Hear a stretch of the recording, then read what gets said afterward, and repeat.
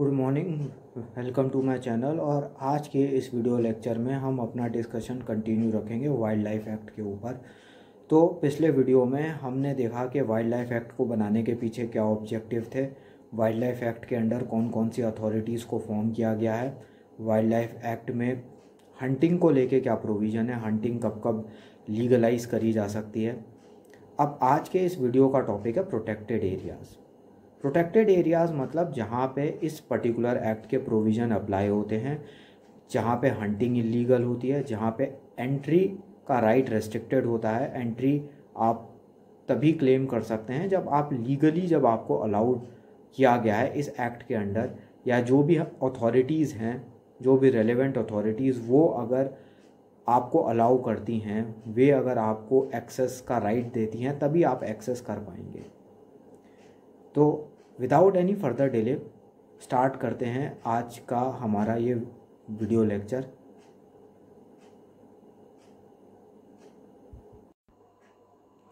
तो अब protected areas के बारे में बात करते हैं। प्रोटेक्टेड एरियाज़ का मतलब होता है वो पर्टिकुलर एरियाज़ जहाँ पे इस पर्टिकुलर एक्ट के, यानी कि वाइल्ड लाइफ प्रोटेक्शन एक्ट के प्रोविज़न्स एप्लीकेबल होते हैं। तो प्रोटेक्टेड एरियाज़ का मतलब ये होता है कि जिन एरियाज़ में wild life protection act apply होगा, जहाँ पे शिकार नहीं किया जा सकता, हंटिंग नहीं की जा सकती, और भी कोई भी ऐसा काम नहीं करा जा सकता जिससे वाइल्ड लाइफ को कोई भी नुकसान पहुँचे, कोई भी डैमेज पहुँचे। तो प्रोटेक्टेड एरियाज़ में कुछ एक्टिविटीज़ को रेस्ट्रिक्ट किया जाता है, ठीक है। कुछ लिमिटेड एक्टिविटीज़ ही वहाँ पे की जा सकती हैं, और उधर अगर आपको एंटर करना है या उस जगह पे एक्सेस चाहिए तो उस जगह पे एक्सेस के भी कुछ नियम होते हैं। तो दो तरह के प्रोटेक्टेड एरियाज़ होते हैं, एक होता है सेंचुरी और दूसरा होता है नेशनल पार्क, ठीक है। नेशनल पार्क जिसे यूनियन गवर्नमेंट डिक्लेयर कर सकती है किसी भी रिजर्व्ड फॉरेस्ट के एरिया को कि ये एरिया नेशनल पार्क है। सेंचुरी डिक्लेयर करने का काम स्टेट गवर्नमेंट का होता है। तो स्टेट गवर्नमेंट डिक्लेयर कर सकती है कि ये पर्टिकुलर एरिया एक सेंचुरी है, या ये पर्टिकुलर एरिया जो है अब वाइल्ड लाइफ प्रोटेक्शन एक्ट के एम्बिट में आता है, ठीक है। तो सेक्शन 26 देखते हैं। State government through a notification declare any part of reserve forest as a sanctuary. तो स्टेट गवर्नमेंट एक नोटिफिकेशन के थ्रू किसी भी रिजर्व फॉरेस्ट के एक हिस्से को एक सेंचुरी डिक्लेयर कर सकती है, ठीक है। कि गवर्नमेंट कह सकती है कि ये इतना हिस्सा रिजर्व फॉरेस्ट का ये एक सेंचुरी है, ठीक है। सेंचुरी होने का मतलब है उस जगह पे हंटिंग नहीं हो सकती, उस जगह पे कुछ पर्टिकुलर लिमिटेड एक्टिविटीज़ ही हो सकती हैं, उससे ज़्यादा एक्टिविटीज़ नहीं हो सकती। और वहाँ पे जो एक्सेस के नियम हैं या जो एंट्री के जो नियम हैं कि कब आपको उस एरिया में एंट्री मिलेगी, कब आप जा पाओगे, ये भी अब रेस्ट्रिक्टेड हो जाते हैं, ठीक है। कुछ पर्टिकुलर सर्कमस्टांसेस में ही आपको किसी प्रोटेक्टेड एरिया में एंट्री मिलती है, ठीक है। अब सेक्शन 27 में क्या बात करी गई है कि कौन कौन से वो लोग हैं जो उस प्रोटेक्टेड एरिया में या उस सेंचुरी में एंट्री कर सकते हैं। तो एक राइट ऑफ एक्सेस किस किस का बन रहा है, कौन कौन से वो लोग हैं जिनको लीगली एक्सेस मिला हुआ है कि वो किसी भी प्रोटेक्टेड एरिया में एंटर कर सकते हैं, प्रोटेक्टेड एरिया में जा सकते हैं। तो इसमें जैसा कि आप अपनी स्क्रीन पे देख रहे हैं, नो पर्सन अदर देन, तो ये वो लोग हैं जिनको एंट्री मिली हुई है, जो लोग किसी भी सेंचुरी में एंटर कर सकते हैं, बट इनके अलावा कोई और पर्सन एंटर नहीं कर सकता। तो अब वो कौन लोग हैं? A civil servant on duty, कि अगर कोई सिविल सर्वेंट अपने किसी ड्यूटी के पर्पस से वहाँ पे एंटर करता है तो उसको राइट ऑफ एंट्री है। A person permitted by chief wildlife warden, कि चीफ वाइल्ड लाइफ वार्डन ने किसी पर्सन को अगर परमिट कर दिया है कि ठीक है आप जा सकते हैं, ठीक है मैं आपको राइट ऑफ एक्सेस प्रोवाइड कर रहा हूँ, तो वो पर्सन एंटर कर सकता है। Any person passing through a public highway in a sanctuary, अगर उस सेंचुरी के बीच से या उसी सेंचुरी से लग के अगर कोई हाईवे जा रहा है और आप एक एज अ पासर बाय उस हाईवे से पास कर रहे हो, ठीक है, आप उस हाईवे को सिर्फ एक ट्रैवलिंग के लिए यूज़ कर रहे हो, तो तब आपको सिर्फ उस हाईवे को यूज़ करने के लिए आपको परमिशन मिल जाएगी। ठीक है, आप बाकी के एरिया में एंटर नहीं कर सकते, बस उस हाईवे का आप यूज़ कर सकते हो ट्रैवलिंग के लिए। Any person with a special legal right. Special legal right मतलब अगर किसी लॉ के अंडर या किसी लीगल प्रोविज़न के अंडर अगर उसको कोई राइट मिला हुआ है, ठीक है, कि अगर कोर्ट ने उसको राइट दे रखा है एंटर करने के लिए या किसी और लॉ के अंडर उसको राइट मिला हुआ है एंटर करने के लिए, तब वो एंटर कर सकता है। तो बेसिकली ये वो लोग हैं जिनको एक्सेस मिली हुई है। ठीक है, तो इनके पास एक राइट ऑफ एक्सेस इन लोगों का बनता है। ठीक है, तो ये लोगों को पूरा अधिकार है, जो पर्टिकुलर लोग इस कैटेगरी में, जो अबव कैटेगरी में आ रहे हैं, उनके पास पूरा राइट है कि वो उस पर्टिकुलर प्रोटेक्टेड एरिया में वो विदाउट एनी रेस्ट्रिक्शन वो एंटर कर सकते हैं। उनके ऊपर कोई भी रोक टोक नहीं लगाई जाएगी। ठीक है, अब सेक्शन 28 में क्या बात करी गई है कि जो चीफ वाइल्ड लाइफ वार्डन है वो किन पर्टिकुलर सरकमस्टांसेस में आपको एंट्री अलाउ कर सकता है। ठीक है, तो चीफ वाइल्ड लाइफ वार्डन जो है वो अलाउ कर सकता है अपने डिस्क्रेशन पे। ठीक है, ये उसका अपना डिस्क्रेशन है, वो अगर चाहे तो वो आपको अलाउ कर सकता है, या वो अगर चाहे तो आपको परमिशन डिनाई भी कर सकता है। तो कुछ पर्टिकुलर ऐसी कंडीशंस हैं, कुछ पर्टिकुलर ऐसी सिचुएशन है जहाँ पे चीफ वाइल्ड लाइफ वार्डन आपको अलाउ कर देगा उस प्रोटेक्टेड एरिया में एक्सेस के लिए। ठीक है, तो chief wildlife warden may grant a permission to enter a sanctuary. ठीक है, इसमें सबसे बड़ी बात लिखी गई है मे ग्रांट, यानी कि ये उसका अपना डिस्क्रेशन है, वो अलाउ भी कर सकता है और रिजेक्ट भी कर सकता है। आप उसको as a matter of right claim नहीं कर सकते कि आपको एंट्री मिलेगी ही या आपको एंट्री चाहिए ही। ठीक है, ये उसका अपना डिस्क्रेशन है, वो आपको अलाउ कर भी सकता है, वो आपको एंट्री रिजेक्ट भी कर सकता है। ठीक है, अब किस पर्पस के लिए एंट्री अलाउ कर सकता है वो, अगर आपका कोई भी फॉलोइंग पर्पस है, इसमें से जो कोई भी एक पर्पस के लिए अगर आप एंट्री कर रहे हो, आप एंटर करना चाहते हो किसी भी वाइल्ड लाइफ सेंचुरी में इन पर्पसेस के लिए, तो आपको एंट्री मिल जाएगी। वो कौन से पर्पस हैं हम देखते हैं। स्टडी ऑफ वाइल्ड लाइफ, अगर आप वाइल्ड लाइफ के ऊपर कोई स्टडी कर रहे हो, कोई रिसर्च कर रहे हो, उसके लिए आपका वहाँ पे एंटर करना ज़रूरी है किसी भी प्रोटेक्टेड एरिया में, और तब उस पर्पस के लिए अगर वो आपको अलाउ करता है तब। फोटोग्राफी, ठीक है, आप अगर वाइल्ड लाइफ फ़ोटोग्राफी करना चाहते हो उसके लिए अगर आप परमिट अगर ले लें चीफ वाइल्ड लाइफ वार्डन से, तो वहाँ पे आपको फ़ोटोग्राफी करने की वो परमिशन दे देगा। साइंटिफिक रिसर्च, कि अगर किसी भी साइंटिफिक टॉपिक से रिलेटेड कोई रिसर्च करना है तब। टूरिज़्म, अगर कोई एज अ टूरिस्ट वहाँ पे जाना चाह रहा है, ठीक है, कोई एज अ टूरिस्ट उस जगह पे घूमना चाह रहा है तब। Transaction of a lawful business, कोई भी अगर लॉफुल बिजनेस आपका है उस एरिया में और उसको रन करने के लिए आपका वहाँ एंटर करना ज़रूरी है तब। तो ये कुछ लिमिटेड पर्पसेस हैं जब आपको chief wildlife warden entry दे देगा किसी भी रेस्ट्रिक्टेड एरिया में, प्रोटेक्टेड एरिया में। तो प्रोटेक्टेड एरिया में ये वो कंडीशन है जब आपको एंट्री मिलेगी,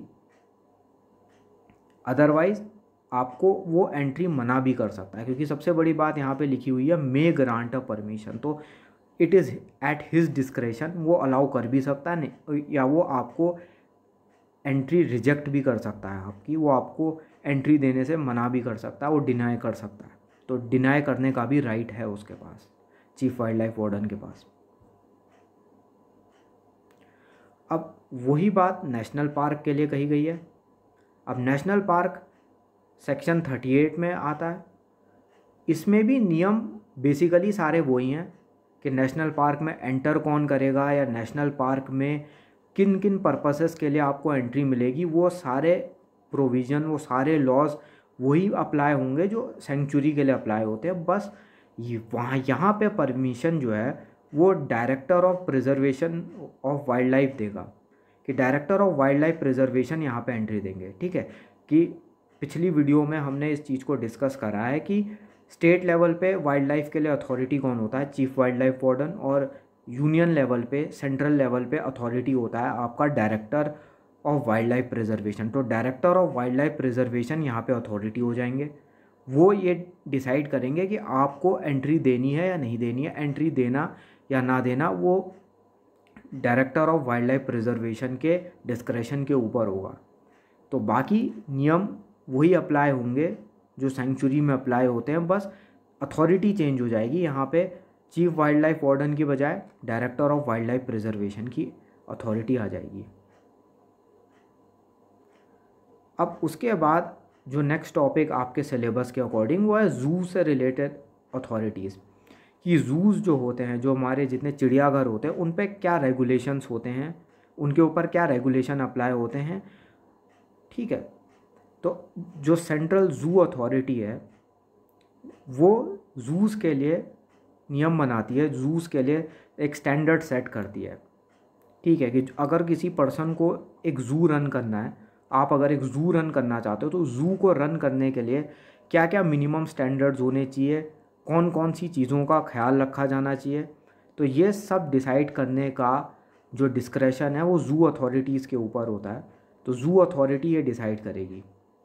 तो सेक्शन 38A में सेंट्रल ज़ू अथॉरिटी के बारे में बताया गया है। Section 38A central zoo authority एक, जिसे कह सकते हो एक सेंट्रल अथॉरिटी है जो ये डिसाइड करेगी कि ज़ू कौन रन करेगा, ज़ू को रन करने के लिए क्या नियम होने चाहिए। तो सेक्शन 38A में central zoo authority is to be establish consisting of a chairman, 10 members, a member secretary. तो सेंट्रल ज़ू अथॉरिटी में ये 3 लोग होंगे, पहले तो चेयरमैन होंगे उनके, फिर 10 मेंबर्स और एक मेंबर सेक्रेटरी।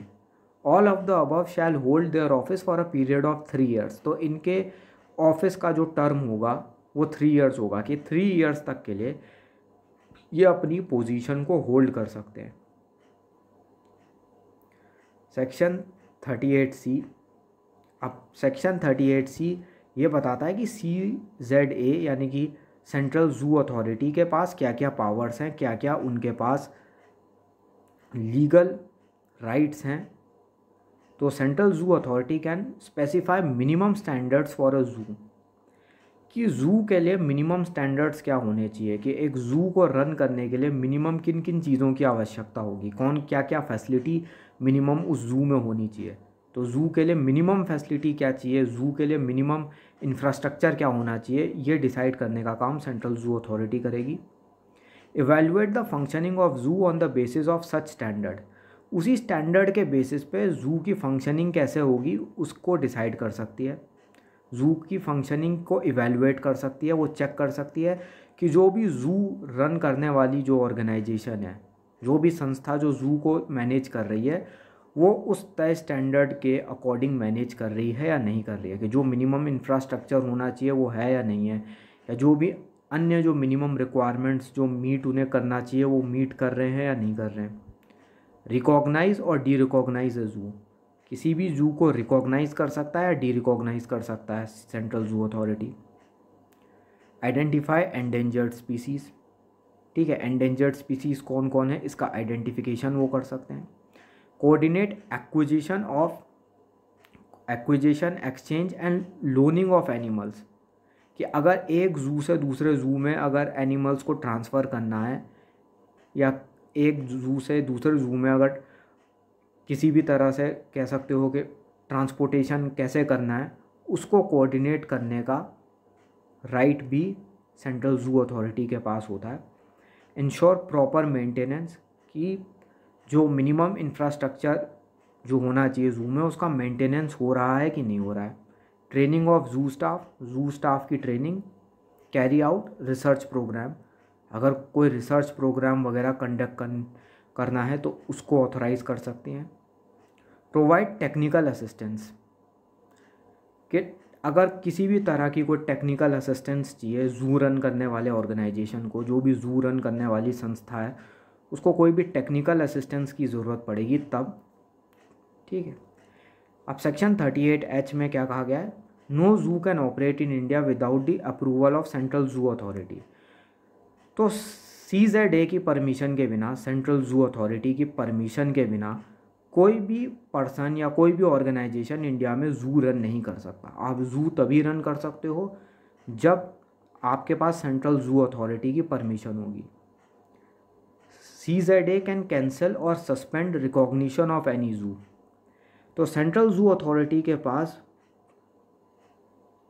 पूरे लीगल राइट है कि वो किसी भी ज़ू के रिकॉग्निशन को सस्पेंड कर सकती है या फिर कैंसिल भी कर सकती है।